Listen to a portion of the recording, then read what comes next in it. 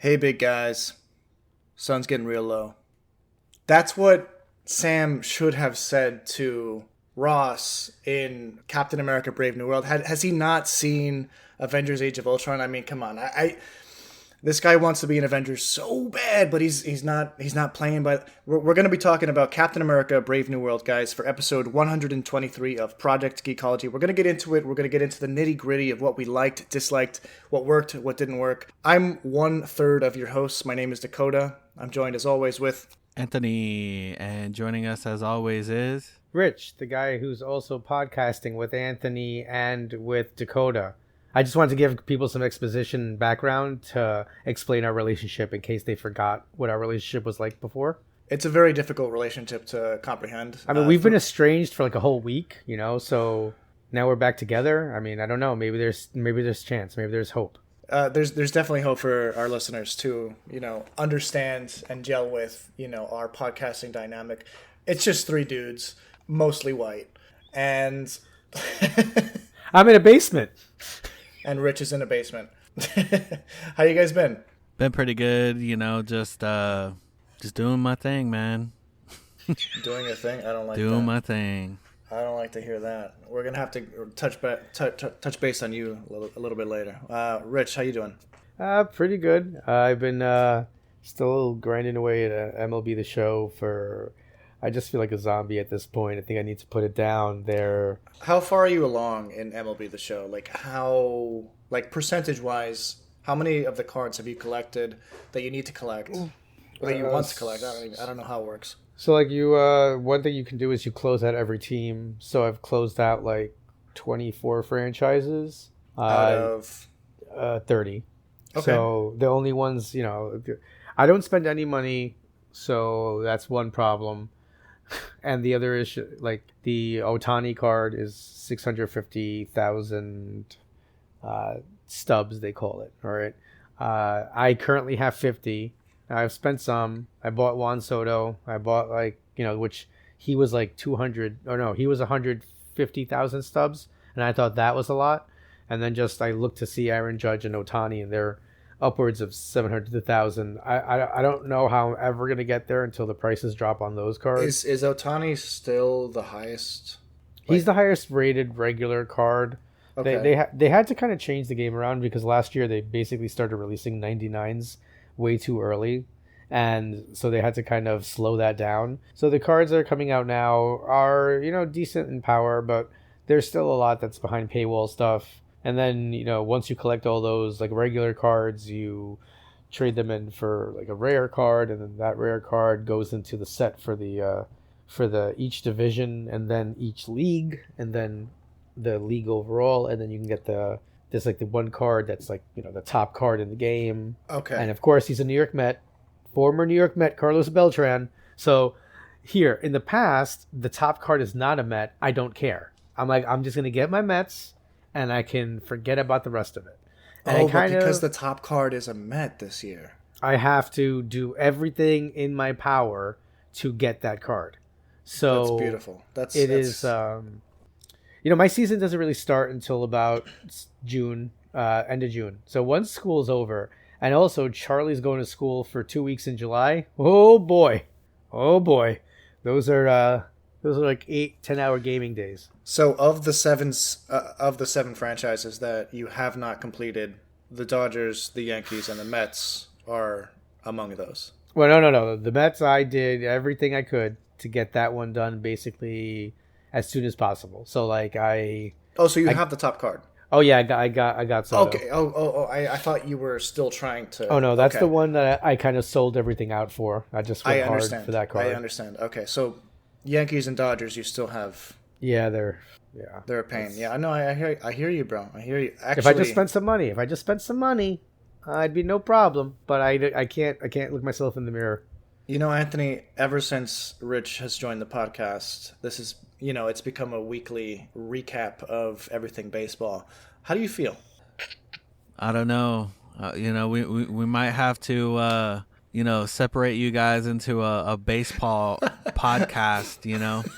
Hey, wait, hold on. I'm going to bring it back to geekdom because this week, what they gave out at Citi Field 3 times. They gave it out 3 times? The item was so popular last year that people were lined up outside the stadium 2 hours before the game started.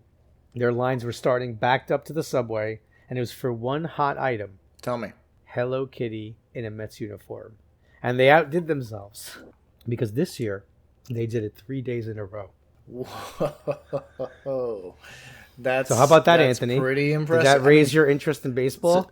So what was it? Just Hello Kitty, or was it like the rest of the Sanrio ensemble? Sadly, they do limit it to only Hello. So they did Hello Kitty 3 days bobbleheads and the New York City Connect jerseys, their third kind of jersey.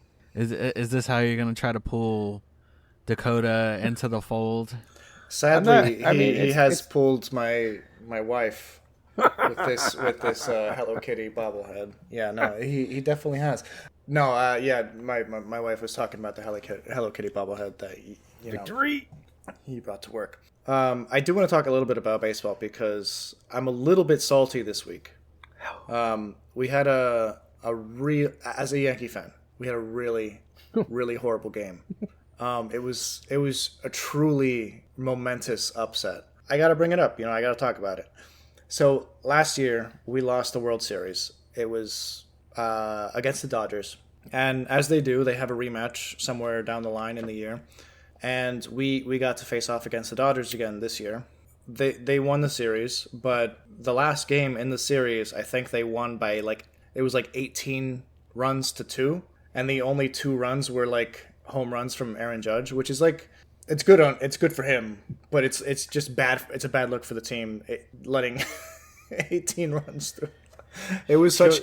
That's crazy. Yeah, that with the way I've seen how scores in baseball are, and it's it's very similar to. I guess it sits.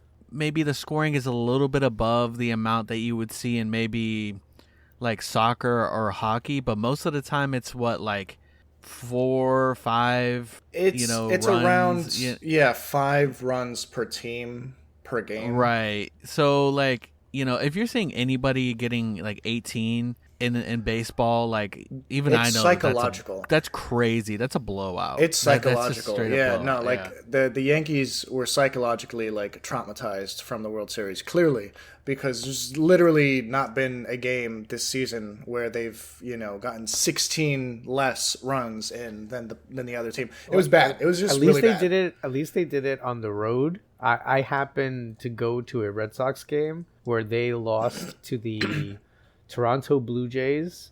I believe the score was 27-4.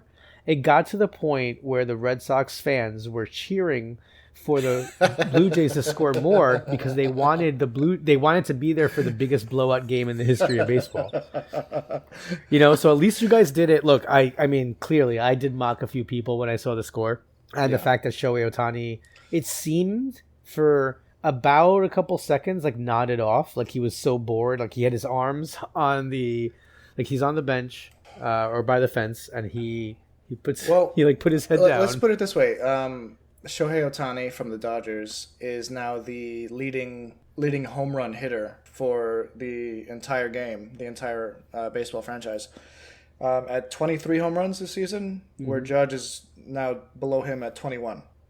But Judge is still the best hitter in terms of just batting average. But that's Anyway, let's just. I'm so sorry, guys. You guys have been listening to us ramble for the past 8 minutes about baseball. We're gonna cut it out. No more baseball this podcast. Rich, anything else you've been up to this week? That's really kind of just been focused on that. Since I'm limited, that's no more. Yeah, Rich. no, that's it. I guess I'll just have to leave it.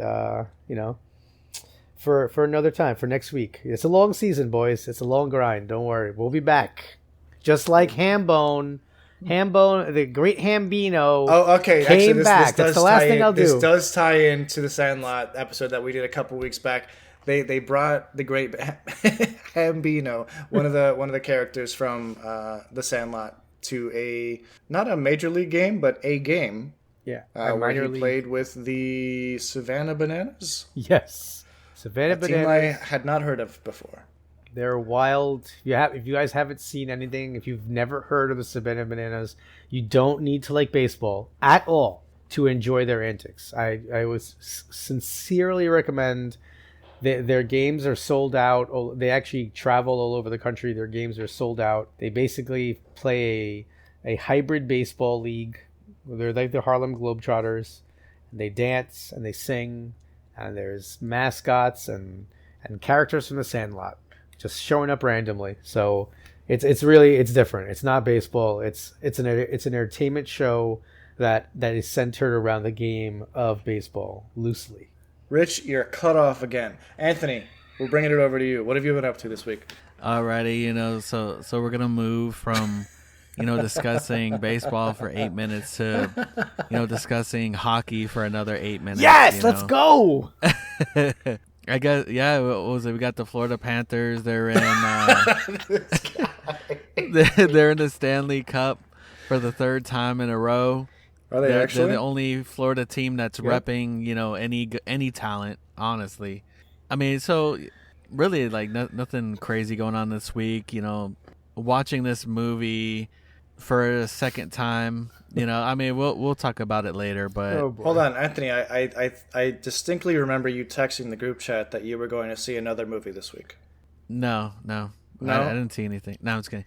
Yeah, man. This ties into another episode that we did a while back. This is pre-Rich. Lilo and Stitch. Stitch, yeah. Yeah, we did watch. I did watch Lilo and Stitch, and when you had mentioned the end, I was like, we're getting towards the end. I'm like, this is pretty much the same thing until like the end happened, and I was like, okay. I can see like where like some of the gripes were with that, but I mean, other than that, for the most part, I think that they did a pretty decent job with like the rest of the movie. What I'll say about the end of the live action Lilo and Stitch. I can't. You gotta keep it going because that's what we called it. Background for those of you who don't know, if you haven't listened to our Lilo and Stitch episode, we pronounce it Lilo and Stitch throughout the entire episode, pretty much. And for some reason, it was huge with French French audiences. Like it got like 900, 1,000 views or listens in French within the first week. It was bonkers in France. That's how they also pronounce it, Lilo and Stitch. It must be. Anyway, Lilo and Stitch. What I will say about the ending of that movie, without spoiling anything, if you see that on paper, if you see that written online, like what the ending changed it to, without like the context of the way that the movie handles it, I can totally see why you would be really upset by that and be angry about it online and all that. But it's definitely the best possible ending for that movie within the context of it. So, I mean, do you agree with that, Anthony? I mean, they could have gone the original route and it still would have like made sense. But I mean, what they were kind of presenting like throughout the movie, it was kind of headed towards that way. I mean, Dakota and I are kind of dancing around it because I don't think you haven't seen it, right, Rich? Oh, I read about it. Oh, I spoiled myself. Yeah. Yeah, I don't think it's worth spoiling the audience because it is like if you hear from us, it'll sound worse than it actually is. Just see it for yourself. It's actually not a bad movie. But I will say that like most of it hit pretty much like most of the beats, and there were enough changes to make it feel like fresh enough that I feel like it could have ended the original way and it still would have made sense, but they were kind of like going the route of that ending like throughout the movie. So overall, I enjoyed it. I thought it was a fun movie. There was a lot of like heartfelt moments in it, and it still had. I would say like what kind of like what you were saying about like it being a potential like good live action. I mean, when you think about like the last like I think maybe few live actions that they've had, like they've just really missed the mark, but this one at least does well enough to capture the story and keep it fresh. I totally agree. As far as what I've been up to this past week, I feel like I did something that's worthy of being discussed in this show. And I've been racking my brain for the past like 5-10 minutes because I knew my turn was coming up. But I can't remember, and it'll probably like pop up in my head as I'm editing this episode. But Marvel timeline. We do. Yeah, I do that all the time. I didn't have anything crazy going on. Some news for those of you who watch Doctor Who. We have a new Doctor. It's not Ncuti Gatwa anymore. It's potentially Billie Piper, who played Rose, was the original companion of the Ninth Doctor. So very crazy news. I'm not sure if I like it. I don't. Yeah, I saw that. I don't know. I don't know what they're doing over there. I haven't been watching Doctor Who for a couple seasons, so I'm definitely behind. I missed pretty much the entirety of the Ncuti Gatwa thing except for like two episodes maybe. But yeah, dude, I missed most of after Capaldi. I think I watched like a couple episodes after him, and yeah, that was it. Yeah, I didn't stick with it. Yeah, Rich, I don't know if you watch Doctor Who at all, but no, I do know, I know the broad strokes of what it is. I know that David Tennant was a Doctor Who, I believe, if that's correct. I know there's the Targus, and I know like that much, essentially. I kind of, in my head, it's kind of like a quantum leap, but he gets to pick where he goes. Yeah, somewhat. I never got sunk my teeth into it. And then generally it's an interesting premise. I've heard some people. Yeah, it's an interesting premise. It's like it's basically like he's an alien who can travel through time and space with the TARDIS, and he picks up strays, most normally from Earth. Strays meaning like companions, and they go on little adventures, and some of them are really crazy, some of them are really corny, some of them are I don't know. Anyway, there's some really good episodes in there, and there's some really not good episodes in there, but that's kind of the joy of the series. It's not like excellent every week. It's kind of like pick and choose what you like. But yeah, I haven't watched. I watched the first season of Jodie Whittaker, the first female Doctor's run. Oh, and when one of the Doctor dies, they are reborn into a new actor, basically, which like has kept the show's longevity for 60 plus years. Yeah, say that again. Like Dax from Curzon Dax from Deep Space Nine. Like they just keep so they have all the memories of like the previous Doctor Who, or are they completely like reborn like Tabula Rasa? Yeah, I guess it is a little bit like Dax. Yeah, a little bit. Yeah, it's like a literal reincarnation of the character. Oh, okay. But it's interesting. But anyway, they recast the Doctor as one of the previous companions to like from a 15 almost 20 years ago at this point. And it was very random. So nobody really knows. Oh no, it was 20 years ago because 2005. Yeah, 2005 was the first episode of the reboot of Doctor Who. Yeah, wow, 20 years ago. That wasn't the first time that they had pulled a previous like actor from the show. Because remember, Peter Capaldi was like in a previous episode. Like he was in like that Pompeii episode, but this one was way different because this was like an actual. This was a main character, right? This was a main, and like she was around like during its like its infancy, the first couple seasons, she was in it and during its upswing, so it's a weird choice to promote that she is going to be the next Doctor, but I don't think that she actually is based on like the credits of that episode. It didn't ever say that introducing Billie Piper as the Doctor, which for the entirety of like since Christopher Eccleston, David Tennant, Matt Smith, Capaldi, Whittaker, and Ncuti Gatwa, they have all said introducing this actor as the Doctor. And in the credits of this, it just said introducing Billie Piper. It was just so I think it's just a gimmick to get people involved, and they're going to backtrack it. But we'll see. I do hope that she is not the Doctor, just because I don't want any more gimmick stuff going into the show. It doesn't make any sense. Like it kind of annoys me. Anyway, I'm not going to dwell on it. Guys, we're talking about a MCU title this week. We don't talk about MCU too much on Project Ecology. Rich, you've never talked about... We do from time to time. We do from time to time, yes. I don't know. Honestly, probably like less than 5 times we've done an MCU title. Rich, I think this is the first time you've talked about an MCU title. Yep. I think this is the first one, so I'm pretty excited to...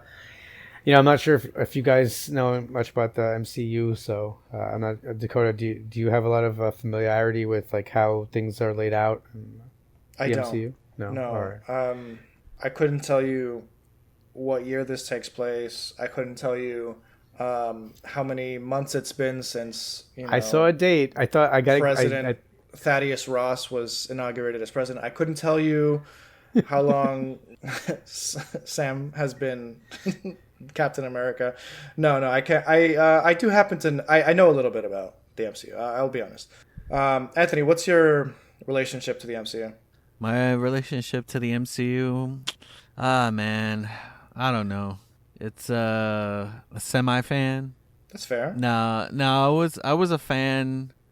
I would say I was a fan until like after Endgame, and then now it's just been a roller coaster of semi-good things to really bad things.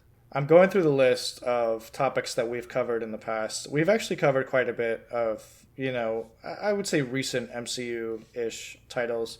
Our second episode, our third episode, we did Black Panther. When did you guys do Love and Thunder? That's a good question. Have we not done Love and Thunder? Because I don't think that movie really exists. We did Falcon and the Winter Soldier. We did. We did Loki season 1, Shang-Chi, What If, Eternals, Spider-Man No Way Home. I'm just going through the list. Hold on. Guardians of the Galaxy Volume 3. We skipped the first 2. Third one is a good one. And Eternals. I believe that was the last one except for Deadpool and Wolverine. I think that was Deadpool and the Wolverine was the last one that we did. I don't think we did a WandaVision one, actually. Yeah, I'm pretty sure we did. Did we? I feel like we did. All right. Well, that's a Mandela. That's the Mandela effect going on. Guys, what is this the first time you're watching this movie? Is this the second time or the third time you're watching this movie? For me, it was the first time. I saw it in theaters, and I think I had pre-seen it in theaters. Then I saw it in the theaters. Then I watched it 2 times before this episode. 2 times. Okay, Anthony, hit it. How many times have you seen this? Yeah, I had ended up seeing it in theaters, and yeah, this was like my second time. I think seeing that movie in theaters is what kind of like just derailed me from even caring about seeing an MCU movie in the theaters now. Okay. Yeah, I was already a little bit derailed prior to this movie. There's never been an MCU movie where I didn't see it twice in theaters, but this was the first one because I hadn't seen it at all in theaters. I just didn't care anymore, I guess. So this was the first and only time I've seen this movie. So I'm riding on gut instincts, basically. Anthony, tell me your thoughts. You said that this movie derailed you from the MCU. Was there any positives to this? I mean, yeah, there is some like positives to it. I mean, I do like Anthony Mackie, and I do like Sebastian Stan. Like, I do like their characters. I just feel like they, I don't know. I just feel like the writers wrote themselves into a corner, and now they just don't know how to write themselves out of the corner. They just don't know like what they're doing. Like, they just are kind of trying to, I don't know, like it's like That's the DC effect is happening to them. They're trying to like rush things. Honestly, to tell you the truth, I'm more excited to see Superman than I am than like any MCU movie that's coming out. Okay. All right. We'll touch back on that point later. Rich, what are your thoughts? Like, when you saw this movie, like, dislike, middling, where do you land? So I saw it with my son. He's 10. It's funny, before last night I told him we were going to be recording, so I asked him what he thought. And he summed it up as, the movie was good, it had some cool effects, but the stakes weren't really high for me, and I didn't really care, but I like all the characters. Okay. And I think that that's kind of I'm not sure.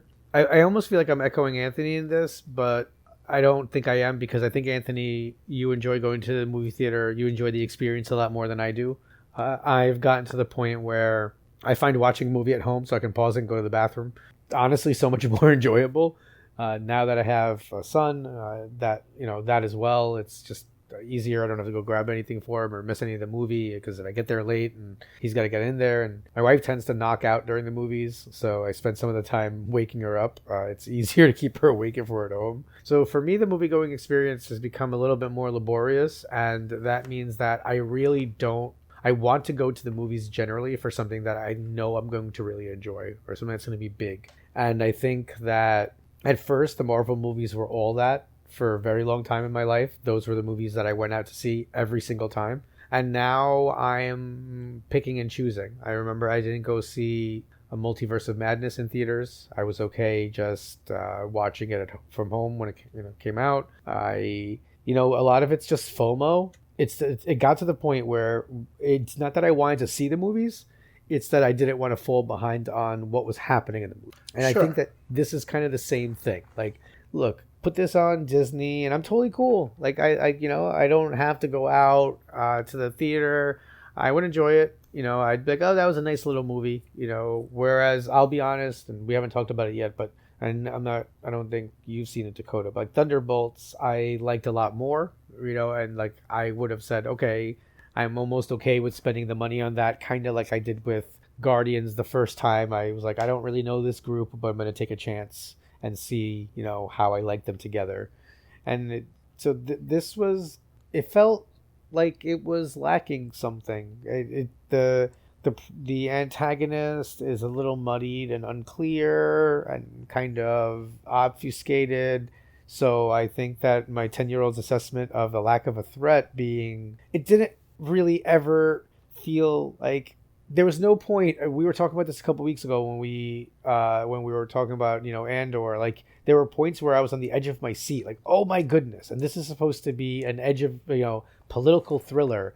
And there was never a time where I was worried about anybody. I wasn't worried about anything happening to Ross. I wasn't worried about anything with Cap. I wasn't, there was nobody, even Joaquin. Why am I calling him Redbird? I can't. The Falcon. Yeah. He, I wasn't worried about him. I was like, oh no, he's gonna be fine. There was no. Oh no, he's out of this match. He'll be in the next one. Yeah. I think that maybe if we would have gotten more than Ross telling Cap, I want you to reform the Avengers, right? Like, if we would have had some movement towards that, maybe at the end you get a couple of other people showing up. Is that like cameoing us so that it's more exciting? Yeah, and guess what? I don't care. Like, these are supposed to be steps to the bigger movie, right? These are the mini steps to the bigger piece. So this is all heading towards Doomsday. And I'm excited about Doomsday. And I think that one of the things that the other movies did in the other phases when they built up was they gave us a little bit more of the team building. And Falcon, Winter Soldier, and Cap being in the same movie, it feels like an extension of Captain America Winter Soldier, right? Or Falcon and Winter Soldier. Like, it just feels like an extension of that rather than a tentpole Marvel movie. Yeah. Okay. No, I totally get that. So, touching on what you said about Thunderbolts, being the better film or the one worth, spending the money on in theaters, I put on Twitter that, the next thing that we're going to be covering is Captain America: Brave New World. And a lot of the people who follow me on Twitter know that I have, been staying away from the MCU for a little bit. And they're like, what are you doing, man? Watch Thunderbolts instead. I'm like, this is what we decided to choose for the podcast. I'm not just going to just randomly change it up and talk about Thunderbolts on a Brave New World podcast. So there was a lot of that online today, or, the past week. But yeah, no, I do think that I will like Thunderbolts more when I see it. I might even love it. I don't know. but I'm willing to wait to see it. Like at this point, I'm not like on the edge of my seat. I have no fear of missing out right now. There's nothing you can tell me online.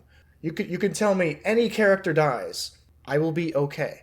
You know, like that's my level with the MCU. Like you can tell me that Falcon kills the aged Steve Rogers in in Captain America: Brave New World, and I will be like, that tracks. Yeah, that makes sense. I'm okay with that. Like I don't have the emotional stakes anymore in the MCU that I used to have, and I think that that's a problem. Yeah. Well, I mean, it opens you up to more, I guess, like artistic direction with your YouTube channel.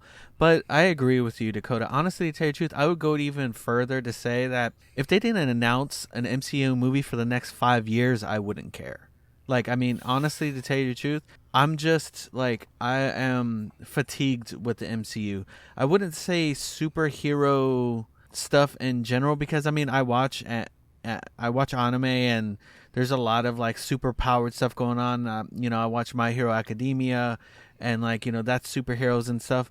But, like, I'm just tired of mediocre stuff. Like, stop giving us mediocre stuff. It's like they're giving us all of those.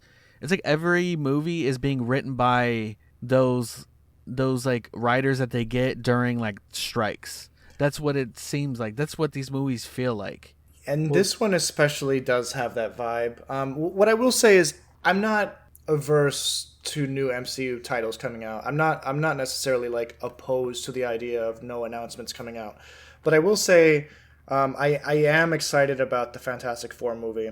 That's probably the only title right now that has any interest to me, just because it looks unique enough that I will definitely be giving that a shot. And I love the Fantastic Four. I have, said for a long time that they should have been in the movies, ages ago. They have absorbed Fox into, their system over 6-7 years ago at this point, and they're just now getting to making, Fox owned properties. It's actually a crazy timeline. If Fox had bought Disney, they would have had, like 5-10 movies out by now. But because the MCU has so much meat to chew on, and they don't want to say no to projects, they've had to like push off their plans for, adding the X-Men and the Fantastic Four.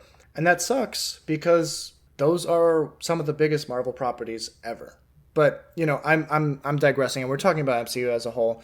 We should, dial it back to Brave New World. It's so hard to like talk about this movie without kind of, I guess, expressing how we're disgruntled with the MCU and kind of like the missteps that it's like taken. It's definitely fallen it's fallen far from its grace, like it was at one point it was tough, but it was tough to point out a bad MCU movie, and now you could just see it all over the place. But yeah, I agree. Let's talk a little bit about this. Something that I noticed really quickly. You mentioned that this feels, or like the MCU movies recently have felt like, it's when writers go on strike, they get like the non-union writers to come in to like, fix up and patch it up. It feels to me like this movie feels to me like they had a really good premise. Like you take the premise, there's a new Captain America, there's a new president. It happens to be Ross, Thunderbolt Ross. He's running for president, and he's going to turn into the Red Hulk at some point in this movie, whatever. Do your best to make a Captain America, like imagine putting this in ChatGPT, feed it all the scripts of the previous movies, type in, write a script for a Captain America 4 featuring Sam as the new Captain America, and also make sure to incorporate loose tie-ins that we haven't done yet, and also tease an X-Men movie coming forward. And that's exactly all, like that. Those are the three like jumping on points for this movie, because we have a Captain America movie, we have Ross back, and then it feels like they're tying in loose ends from movies that they've forgotten about. the first movie obviously is Eternals. You know, like there's a big Eternals call out that, you know, like it's been years since they've brought up the fact that there's a big celestial in the Indian Ocean that's just there.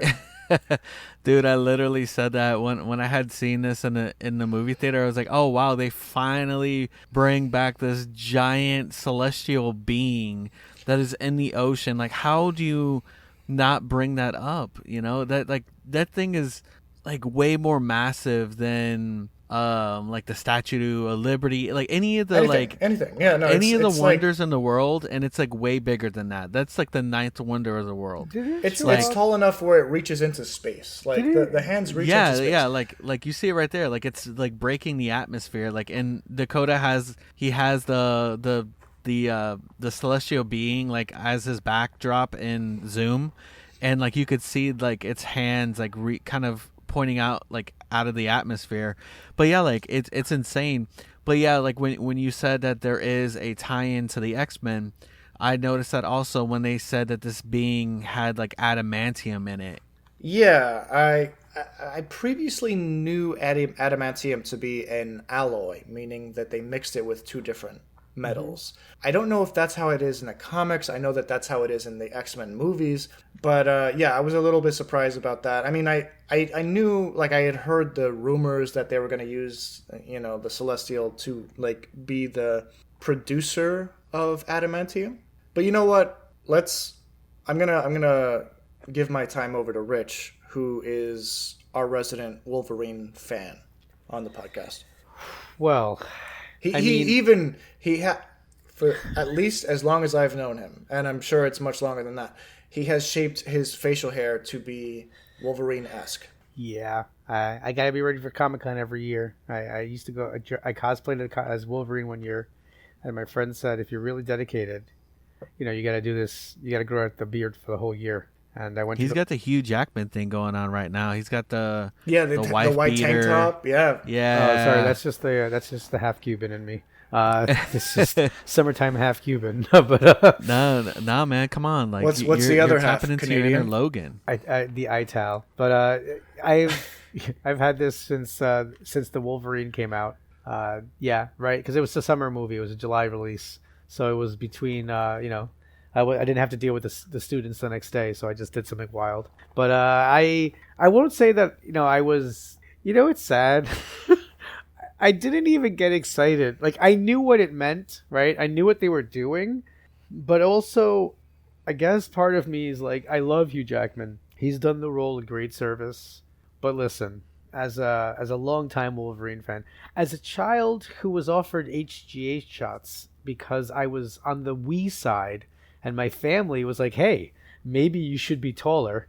The guy who the back of the card said 5'3" was my favorite superhero. That's why I attached myself to him at first. And then everything I found out, and I fell in love with him. After watching Deadpool and Wolverine, I really enjoyed that movie. I guess for me, it's like I need to see who Wolverine might be next, for me to get a little bit more excited. Like, at this point in my MCU fandom, I've seen enough of it where just dropping me, ooh, adamantium is not going to send shivers up my spine. I'm not like, oh, he's coming back. Because I don't know what they're going to do with it. I almost feel like they really need to. I mean, they're just sitting on all this money. Like, why don't you just have like tons of just groups working on this stuff and making good stuff all the time? I think part of what there is happening, and it's something that happens with the comics as well, is kind of when they like reset a little bit, right? It takes, when they do something a little bit different, a lot of times readership drops. People aren't as involved with it or care as much. And then what ends up happening is they have to stop making kind of strong narrative choices to keep the characters where they are, right? And I think that's a little bit, there's a transition. I think that Chad Boseman passing away I think he was going to be like the next centerpiece in many ways of the Marvel MCU. That's interesting. And I think I like that. That's interesting. Because he was star power, right? Like that Black Panther movie comes out and it it brought in a whole new audience, right? And he was carrying. I think he was one of the major stars, and losing him, I think, was a major blow. And here, I think that this movie just could have had more heroes to help kind of boost them up a little bit, to get people excited a little bit more. I know that there's going to be a different Avengers coming up, so I just would have liked to see a couple of them in here. I think it would have just made look. I don't think you need to be subtle anymore that these movies are tying together. Like, I don't think we need a subtle drop. Like, don't give me a subtle drop of adamantium. Like, you already. Here's the thing, though. I don't think this was subtle. I really don't think they made it a focal point. Oh, just give me. But see, I guess I'm greedy. Like, I want to see Hank McCoy in that lab. Like that you guys showed us in the Marvels. Right. Okay. I wanted to see. You know what? Drive by the mansion. It's right over here in Westchester. We're not far from it. Okay, on Gray Malkin Lane. All right. It's real close. I've mapped it out from my house. One of the reasons why I moved to Westchester. So I don't know. Maybe that's part of it also. It's like I know you're saying it's obvious, but man, just like it's obvious to you and me. Right? It's obvious to Anthony, right? Is it obvious to the guy who just goes, hey, I'm going to go see a Captain America movie, who's not deep in? Are they like, oh, adamantium, that means the X-Men are coming? I think at this point, that average dude knows what adamantium is and knows the context behind it. After, 10 different films with Wolverine being either, saved by his adamantium or poisoned by it, or anything in between that. That's just us, Dakota. That's just us because we watched all those movies in a row. It could be that. I can't deny that fact. But I feel like it didn't just say that, that the Celestial is new land that's popped up. It's that they're fighting over what's inside the Celestial. It's a new material that has so far been absent from the Earth. But again, what does it mean? Like, I'm trying to picture what the future of the MCU looks like from this point, and it doesn't make any sense. So we know that Secret Wars was coming up, which is like the end of the multiverse saga, which is the second major saga after the Infinity Saga that encompassed the first 3 phases of Marvel's cinematic universe.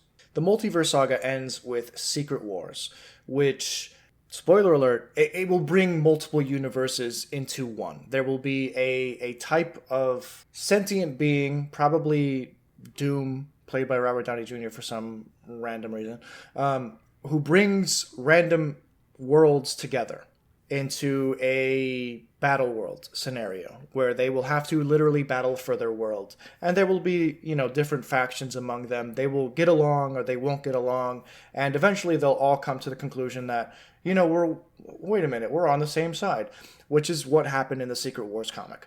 That will happen at the end of the multiverse saga, and the worlds will be rearranged somewhat. We will have X-Men and Fantastic Four full scale within the MCU proper. Will the current MCU be any different? We don't really know. Most likely it will, because most of their main cast has aged out of their roles or are no longer willing to play them, long term. Like, we don't have a proper Steve Rogers anymore. We don't have, I guess we do have a Thor, but we don't have a Black Widow anymore. There's a number of characters that have, aged out of their primary roles, and they will need to be recast at some point if the MCU is going to continue. So my question is, are they going to reboot the universe as a whole, and this Celestial will stay, and this adamantium will be the driving point, which will, feed Wolverine's, exoskeleton?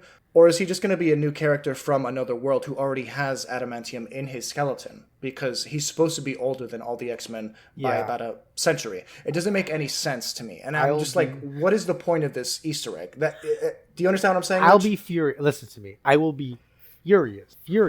If it's just like, oh, we just ran,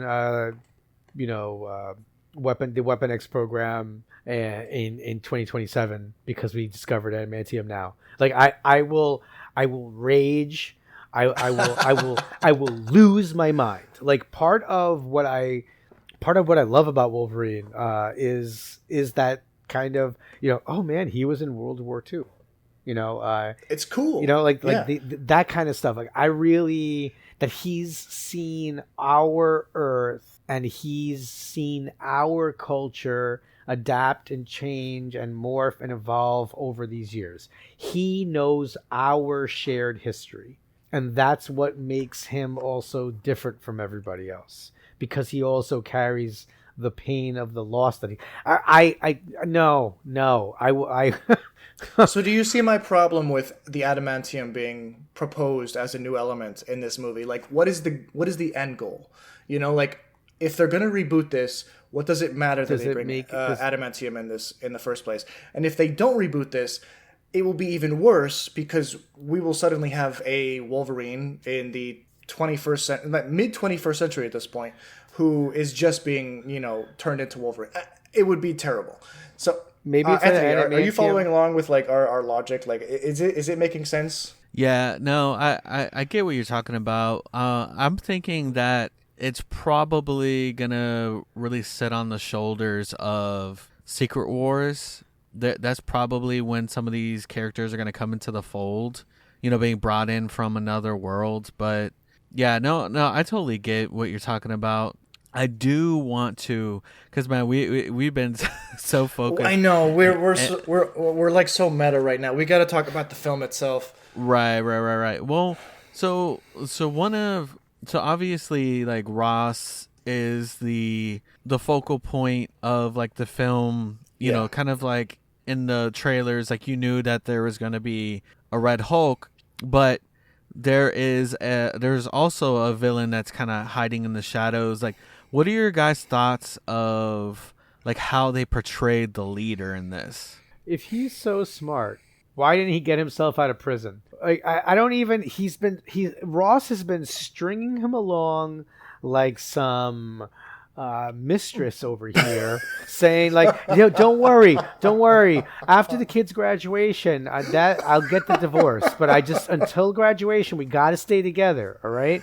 Like, I just don't understand how I really it boggles my mind how I'm supposed to believe that this man is so smart, but he can't just like contact someone on Reddit. Like he's apparently got internet access. Like you can't get anybody sent. Like I get 15 emails a day from a Nigerian prince. Go ahead. See, the thing for me is that it's not that he couldn't break out of prison. He was there very much so purposefully. Like he was. But he's like a scorned lover afterwards, right? But after he doesn't get what he wants. Like his whole goal was to be free. Like that was his whole goal. Like, well, but was it free from prison or was it free from something else? Free from Ross. Right, because like the whole thing was him getting back at Ross for being slighted, and so and his best bet for that was to be where he was, because Ross had something that he needed, and he was able to really, like, I guess, show the world the monster that Ross is. And so, like, pretty much he got what he wanted, even though, like, I mean, he get beaten down at the end, he still got what he wanted as far as, Ross. So I was sitting thinking about the leader as, he... Samuel Stearns, he's a character that was first introduced in The Incredible Hulk, which was the second MCU movie ever, in 2008. And they're finally bringing him back in a 2025 movie to play against an actor who's portraying another actor who has died. And it's too little too late. I'm sorry, it's too little too late. It's 10 years too late that they bring these characters back, and I'm really frustrated by it, because like I don't care about the leader. I don't care about Liv Tyler's I don't care about this dynamic that these characters have anymore, because it's been so long that it didn't matter, that they basically were kind of retconned from the MCU with Edward Norton no longer being the Hulk anymore. You know what I'm saying? Like these actors were attached to a previous version of the Hulk, and it became so distinguished from the rest of the MCU in terms of like how it felt or what was going on. Besides, of course, Everett Ross, that these characters didn't make any sense to bring back anymore. And now that they're bringing them back, it doesn't make any more. It literally doesn't make any sense to me. I have no emotional attachment to them, and I was so surprised that they brought back Liv Tyler and this actor who's playing Samuel Stearns. I don't remember his name, but I could not believe that they did that. And I feel like it was a weird placement though, like because these characters existed within an Incredible Hulk film, but then they brought them back into a Captain America film. Which, I mean, I agree. It made no sense. I don't know about you, but when they finally show Betty Ross, Liv Tyler, she looked a little weird, didn't she? Like, she looked like she was CG. She did. Or just, like, heavily filtered. Or, like, obviously she was not present on set, Like, even the voice that they had her speak over the phone to the president early in the film, it didn't really sound like her. It sounded like an approximation of her. And they promised that was her. They said that was her. She was on the phone. I'm like, dude, that does not look like her. She was on the phone on her way to like the beach. Yeah. Oh, hold on, guys, I'll pull over. Santa Monica Boulevard. There's cars honking, and she's just, hey, Dad. This is your daughter. That was the one who's estranged. By the way, can we just acknowledge that Dad. They did that so, like they were just, oh, you mean your estranged daughter, the one you haven't talked to? Like the way they would kind of remind the audience of who Betty was just and the fact weird. Like, I'm sorry, but like Harrison Ford does not look like the previous Thunderbolt Ross in the slightest. Well, they should have kept the mustache. No, I heard he refused. What they were doing. No, he refused.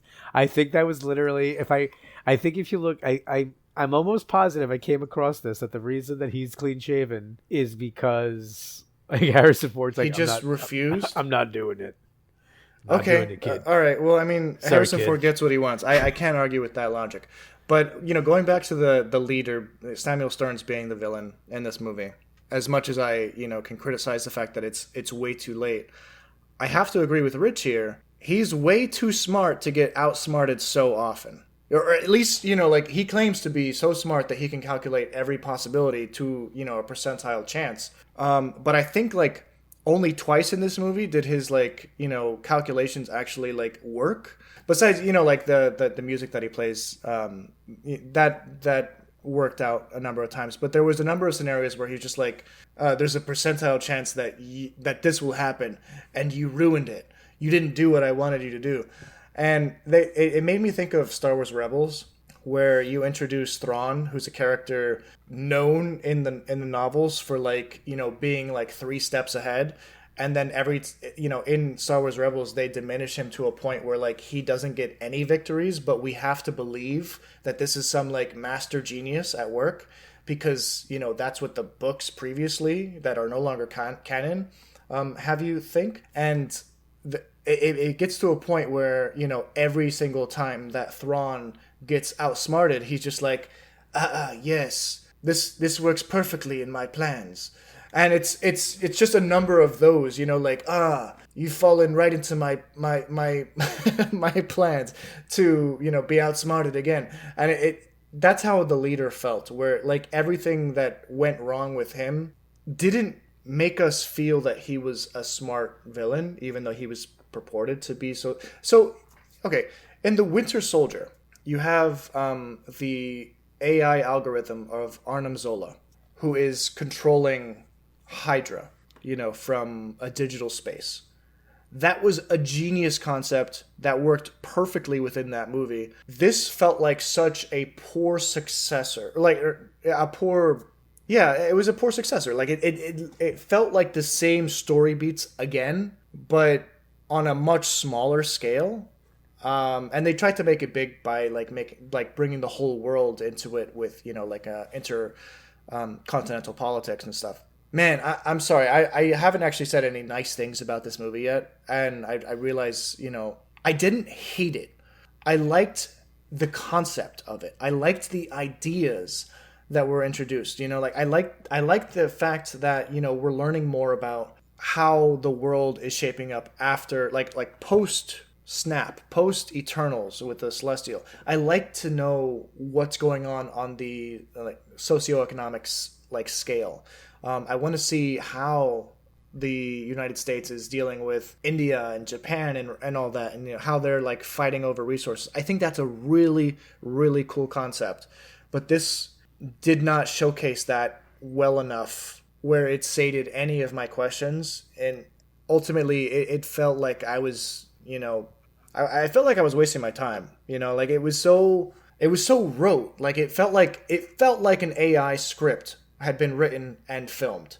In the beginning of the movie, when they were, when Captain America saves the day and from that church from Giancarlo Esposito, there's that scene where he's talking to a number of army generals, and I've never seen in an MCU movie two actors who are so clearly not listening to the other actor, but waiting for the other actor to finish their lines before their next line. Like it was just like, I say ABC, and you say DEF, and then I say GHI. That's how that scene played out, and there was a number of scenes in this movie where you could just tell the actors were waiting for the other actor to finish their lines before they jumped in with their line, and it didn't feel like acting. It just felt like reading from a script, and it really bothered me, man. Like there was a lot in this movie that like could have been cool conceptually, but fell so far from the mark that like I have loved from the MCU, and right. I don't know. Like it fell Anthony. short. No, but I mean, like the thing is that like that's the whole thing, and that's how we ended up on that whole tangent prior to this discussion, is because this is what I'm talking about with the MCU like taking missteps. This is a misstep, and this is why I mean, obviously there had been, I mean, for a while I would say that I hadn't really felt the push to go see an MCU film, but like definitely after seeing this, I'm like, dude, I really just don't care at this point. And this is where I'm like, I mean, yeah, I'll probably go and see the Fantastic Four just because that is like a Fox IP, but that's what I'm saying. Like for me, I wouldn't care if they said that they were taking like a 5-year hiatus on making movies. It wouldn't bother me. Did it you would watch actually Thunderbolts? like give us a time. Huh? Did you watch Thunderbolts? No, not yet. Yeah, not yet. So We'll have to cover that when it comes to Disney Plus. Yeah. I'll look into it, and I mean, I'm pretty sure that I'll like it, but I'm also fairly certain that it's still not going to live up to that quality that we're used to. Like we'll probably like it a lot more than this, but the fact that you're stacking that up to a movie like this, and you're saying like, yeah, that's the better movie. It's not. It's it's at like a different just weight class. That's probably a welterweight, and this is a lightweight. Do you guys read comics like now? Have you guys been reading comics the last couple of years? The past year, no. So prior to that, I have been reading. I was reading pretty regularly. Yeah. So I was reading like lots of Marvel stuff for like I'd say a strong 10 years, where I was reading 15 comics, 20 comics a week. And I was reading almost every title. There was almost I would honestly just have to kind of open it and not like the artwork to not give it a chance. I didn't, That's why I ended up enjoying Squirrel Girl so much, because I gave it a shot when I normally wouldn't have before. Squirrel Girl's awesome. Yeah, no, it really is. And I just wonder if there are those lulls, there are those times where I don't particularly like a story arc or something, but I kind of just hang on, and part of the allure is almost like the characters are always there. right? They're always there to come back to. Like that's the comfort, right? It's not like I go back because every time I'm really enjoying it almost. It's like it's part of the fabric of my universe is that I care about these characters, and even if I'm a little disinterested, I still kind of hang on. And I know when I was a kid, I didn't care. I just kept reading for years and years, and as long as I had the money, I was reading comics. So the only reason I really took a break was I was just a broke early 20-year-old. So when I started having more money, I started buying comics again. I wonder if we're just at that point, like in the MCU, where it's just like there's so much to tell, and there just kind of lulls a little bit. I don't think we're ever gonna get the feeling of seeing Steve Rogers and Iron Man and Captain America. Captain America, Iron Man, Thor, Black Widow, all together, and like that hype, that feel, that like, oh my goodness, I can't believe we're seeing this. Like, what can they really do at this point that is going to wow us again? I almost feel like I know they're adult movies, but it's like a kid's franchise almost, where you just keep going because the characters are there. I don't know. I know that sounds like I'm making excuses, but no, that's a good point. Yeah, the idea of the first Avengers movie. Nowadays, it happens a couple times a year, but back in 2012, when they first brought those franchises together, there had been nothing like that to a degree, and a success. There had never been a success like that prior to that point, where like it was greater than the sum of its parts in terms of like how much the box office picked up after that, and it just steamrolled into what ended up happening with Endgame. What was it, 18, 19 films later? Yeah, I don't know if you guys like when Street Fighter the movie came out, it was not great, but it was like the first time that my friends and I were like, oh man, it's the video. Look, there's Vega and there's M. Bison, and like we were just happy to see them on the screen. Like our standards were so low. Like, go back and watch Street Fighter. It's a rough movie, But I think it was just the novelty, and the novelty is worn off. And they've played their card with their biggest, most exciting characters, and they're I think that hopefully you're right, Dakota, that we get this reboot. But what is that even gonna mean? Is it a reboot for fans? Is it a new entry point for a new generation of kids to come in? Because I don't know if this is almost like a cyclical. I don't know if this is like some sort of cycle where like you'll get into it, you'll really enjoy that phase, and then you phase out.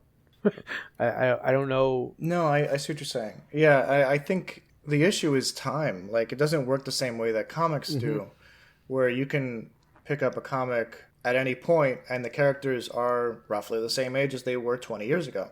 It doesn't work like that in real life with real acting. You're going to have to change actors eventually, especially if you want to keep reusing the characters. But as it stands, currently we're in a phase where we're now treating the sidekicks of characters as the main characters, and we're trying to make the sidekicks of the sidekicks just regular sidekicks at this point. And that's a big part of why like Falcon and the Winter Soldier didn't really do anything for me not Falcon and the Winter Soldier, Captain America Brave New World. It's because we've had Sam Wilson be this sidekick character for several films at this point. He had his own TV show and all that with the Winter Soldier. And in that TV show, we're introduced to Joaquin Torres, who plays the sidekick's sidekick. And in this movie, he gets bumped up to regular sidekick, and he's trying to take on the role of the Falcon, who is the second to Captain America. And I guess my issue with that is, why not just make the Falcon its own like top tier why not make the Falcon its own like top tier hero? I'm not suggesting that. I don't think it's a good idea for Sam Wilson to be Captain America. But denigrating Falcon as a lesser hero to Captain America, like this is a tiered system that you have to like level up to, gives the whole sidekick thing meaning. And lessens the roles for future sidekicks down the line, if that makes any sense. It's just like you said, it's a cyclical thing where like you level up Sam Wilson to Captain America, but now who's going to be the Falcon? Who's going to be the sidekick to the new Captain America? Were you guys it's the sidekick to the Falcon. It could be like an evolution in a way, because like it's so like think about like Batman or Robin, right? It's hard to see Robin as like, you know, somebody other than a sidekick to Batman, but then when he becomes Nightwing, you're like, okay, now like it's like this character is his own hero, you know. He's like his own. It's like Batman, but like different, you know. And so I totally agree with you. So like maybe not as the Falcon, but like, you know, say that Sam Wilson was the Falcon and he stayed the Falcon. You know, instead of him being a sidekick character, there could have been like an evolution of that character. Maybe, you know, there could be an evolution for that character with Joaquin Torres. But, you know, honestly, to tell you the truth, like, I like that you brought up. I like that you brought up the Falcon and Winter Soldier. Honestly, to tell you the truth, I like that show more than I like this movie. Yeah, I thought you said the FN Winter Soldier, and I was like, whoa, this is very powerful. Anthony, I don't know if you were reading at this time, but there was like a point in time where essentially Amadeus Cho became Hulk, all right? Jane Foster became Thor. Sam Wilson became Captain America, right? And I think there was another one.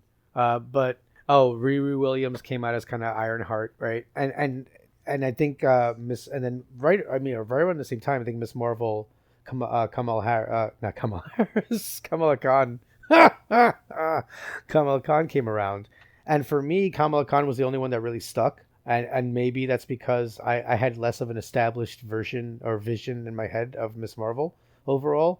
But that was a rough time for Marvel. Like the fans were not happy, and you know, and they were trying to take the IP or the hero's name and put somebody else there and make it work. And Anthony, to your point, the thing that Marvel didn't do was they didn't have this person be a new person. They had this person try to be the person that people knew as somebody else. And yeah, you know what? That maybe worked with Ghost Rider, but I don't think you can't just pull that off with marquee characters, right? And I think that's part of the issue also, is that some audiences, like you're learning that Sam Wilson, and look, I like the Sam Wilson part, I do. But you could even see that they did it a little bit they did that storyline a little bit in Thor: Love and Thunder, or no, is it Love and Thunder? Yeah, Love and Thunder. Thor: Love and Thunder with Jane Foster. You know, and they did, and look, it's the movies. It's weird, but it's the movies where they're almost kind of like replacing some of these characters where people are less than enthused because, you know, that's that lack of investment. You know, and Dakota, you said it before. You said time's the issue, where you can just pick up and put down a comic. But the other problem is that time's an issue also with the actors, right? Comics freeze time. The characters don't have to age, and they do here. And as you've chronicled in a very detailed way, part of the other problem is this damn continuity, right? Because you got people paying attention to dates, and they have to do things that make sense, and they're kind of getting themselves trapped because of the constraints of time and space that comics don't have to inhabit. I've come up with a reviewing method that I don't always employ for everything, but if I'm trying to be really critical about something, or I'm trying to understand why it worked or why it didn't, I'll employ it. And it's actually influenced heavily by Thanos' Infinity Gauntlet. It's the 6 Infinity Stones. You know, they focus on different aspects of, you know, you got reality, mind, time, space, and so on and so forth. And if you take those concepts, say time, let's just focus on time because that's a big part of what I do with my YouTube channel, is focus on like the timelines and like continuity and stuff. You can pinpoint how well a movie realizes time, because time is a concept that is encompassed in every single story ever told. If you say a sentence that this person went here and then he went here, that's a story. and it has a linear like 1, 2, and 3. You know, like time is an integral part of that story, and it's a part of every story. And then you have space. You know, like another way you can visualize this is I'm going to bring up Star Wars Obi-Wan Kenobi. There's a lot of visual aid to the idea that like space is very important, because what you can see on camera may not translate to what the script actually entails. So there's several scenes in the like visual of Obi-Wan Kenobi where you can say, wait a minute, those characters can just walk around that obstacle. That's on-screen space. You can review, you can critique this piece based on the spatial awareness of the actors, the direction, and the way that the script unfurls. You know, you can, review things on a like scale of reality. You can say that this is realistic because in this universe, this makes sense because in XYZ episode of Doctor Who, they've already, established that this happens, so this has always been a possibility in this episode. So you can't really argue that point. So you can bring reality as it works within that universe into this, world, or you can keep going with this logic. Mind Stone. You can bring real world calculations into things. You can Soul Stone. You can bring in like real world or like relationships between characters. Yeah, man, it's going rough for the MCU these days. I don't know, man. It's I'll agree with you about a little bit of an excitement with the Fantastic Four, but I think I'm going into that one cautiously optimistic. And usually when I go into something like that seems promising, I'm proven wrong. I.e. the live action One Piece. I went to that one cautiously, I'm not too sure, and ended up being a lot better than I thought. So, maybe you're excited about Superman. Yeah, honestly, it looks good, man. To me, it looks good, and it's been a while since we've had a solid DC film.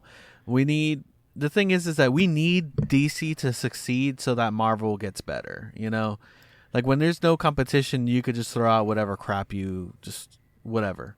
People just go to see it. Competition breeds, creativity. So I do agree about that. I don't know why I was talking about my Infinity Gauntlet you were ranking system just now. What maybe you saw that was wrong that didn't work in this movie?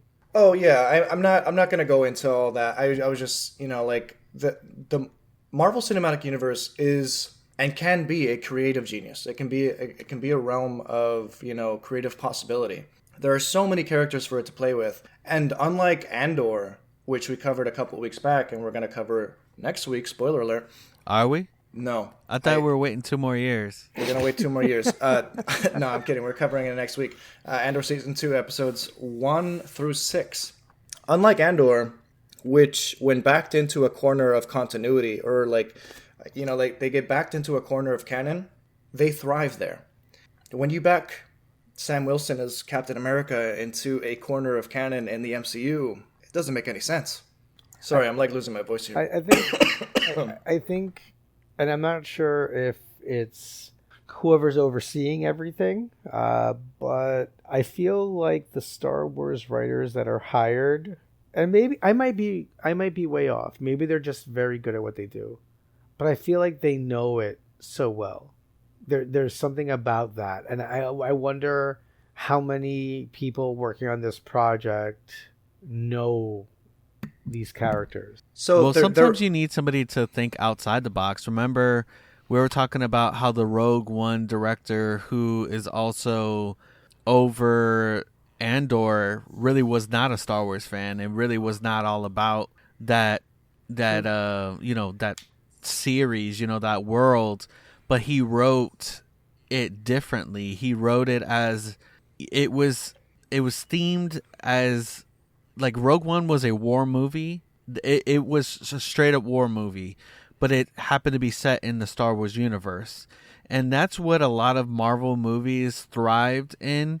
There were there were themed movies that just happened to be in the MCU. Like one that I really liked that was The Winter Soldier. That was a spy.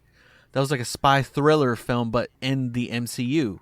And so that's what we got with Andor. And I think that a lot of the MCU needs to kind of go back to that. Like, go back to, I mean, I know that you could consider this one like a political film, but they were still trying to do too much on a grander scale that it just didn't work for this film. What was up with the leader randomly saying, "I'm the hero"? Like, in all your infinite wisdom, you cannot tell that you're the villain. I was really like boggled at that line choice by the writers. But yeah, to go along with what you're saying, Anthony, the MCU has Marvel Parliament versus Star Wars having the Lucasfilm Story Group. The Marvel Parliament is basically just a bunch of producers who meet together regularly to discuss what the latest is on each of their respective projects. Because they do group things up into different, like, you get these films, you get these shows, whatever. The Lucasfilm Story Group has members for each section of continuity, whether it's concept art or timeline or the way creatures are portrayed on screen and on the page, and like there's a way more attention to detail within like continuity within the Lucasfilm Story Group than there ever will be within Marvel Parliament as the way it stands currently. So I think that's part of the issue. Yeah, man. So we're kind of getting a little bit deep in there. Let's get some last minute thoughts on this movie. Rich, how about ahead. you, Rich? Throw it down. Look, I mean, I'm gonna be honest here. Sitting on my couch, putting it on Disney Plus. Yeah, why not? I cannot say to anybody out there, don't watch this film. Like, now, if I had watched it in the theater, I would have said, wait for it to come on Disney Plus. But like, to spend a couple hours on my couch watching some Marvel content, I was fine. I've lowered my expectations, and I'm not sure if that's because I'm 43, right? And I don't know if I get excited as much anymore, in terms of like highs and lows. I don't get as high, but I also don't get as low. So I'm kind of more in the middle, So did it give me more content about characters that I generally love? Yeah. Did it give me some scenes that I kind of enjoyed and enjoyed seeing the way I thought the fight, some of the flying scenes and the way that they kind of incorporated the Wakandan armor, I think did a really good job of kind of explaining how Sam Wilson can do all these things despite the fact that he doesn't have the super soldier serum, So, but the truth is this, and this happens in the comic too. He's not Captain America. He's Falcon. He's Sam Wilson. And that's okay. But I think this is fine. That's it. It's fine. It's not good. It's not bad. It's just, it exists. It's better than Secret Invasion. You're not going to slam your fist and be angry about stuff. You're not going to throw your hands up and be like, I can't believe it. But you're also not going to be like, wow, that was really awesome. If you had to rank it, where would you rank it on 1 to 10? That's a tough one. I mean, I don't know how much Marvel stuff goes over a 7 these days. I put You're not it, lying. I put it at I don't. Okay, passing of my school is 65, so I'm gonna say 6.5. You didn't knock it out of the park, kid. All right, but you're not going to summer school. This is a top 5 MCU movie for me. Come on, man. I really loved it.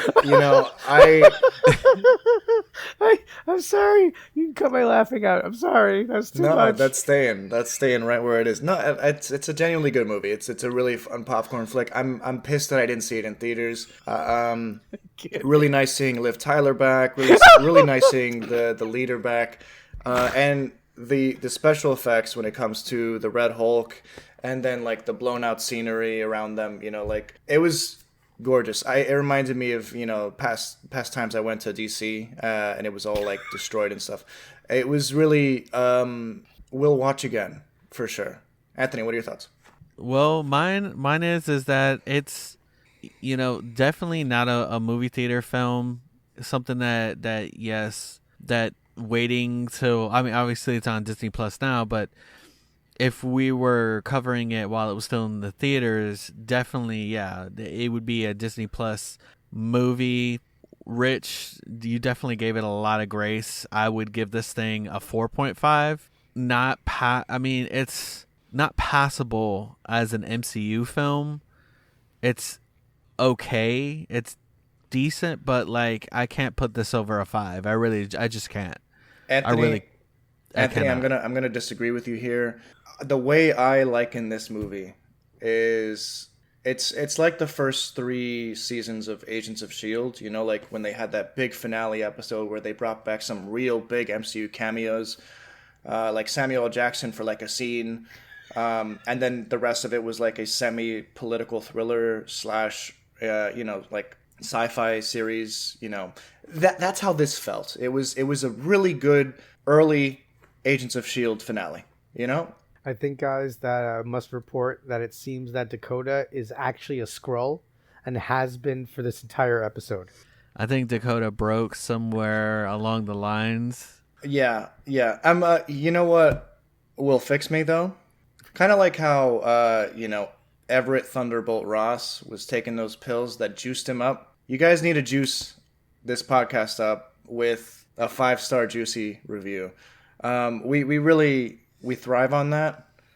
Just like Everett Ross was able to live on in another actor through those pills, we require your feedback so that we as a podcast can, live another episode. You want to be able to see us cover Andor Season 2, correct? Yes.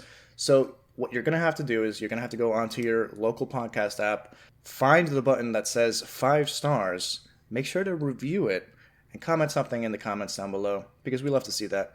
Thank you so much for listening to us here for our 123rd episode of Project Geekology. If you want to check out any of our socials, be sure to check down in the show notes so that you don't miss any of our random outbursts online.